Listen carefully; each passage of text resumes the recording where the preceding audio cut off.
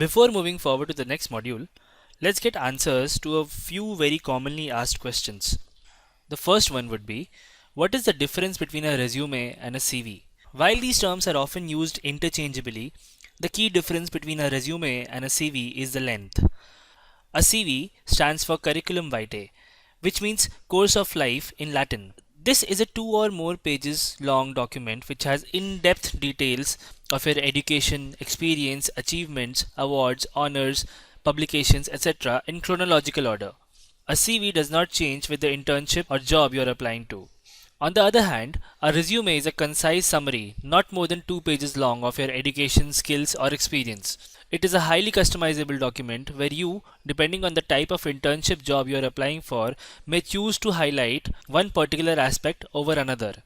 Apparently, a CV is mostly used while applying for academic positions, research positions, fellowships, grants, etc., while a resume is used everywhere else.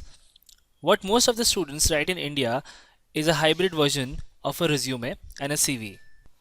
The next most commonly asked question would be, what all should one include in a resume? Other than basic info such as name and contact details, whatever you think will help you get the interview call. The secret lies in understanding what is it that a particular employer is looking for. Is it a skill or an experience? And then customize your resume to highlight that aspect of your credentials.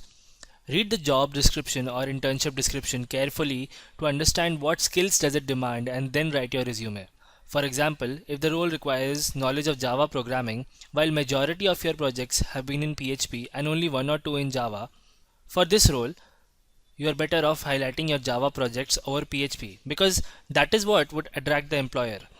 Remember not to inflate your resume with irrelevant and unnecessary details. The next question would be that, does a resume necessarily have to be one page? It is desirable but not mandatory unless specifically asked for a one-page format by the organization you are applying to. This does not mean that you go on writing about every small school competition that you ever participated in.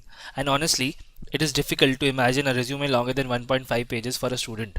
Remember, relevancy is the key, but do not cram your resume into one page if you really can't.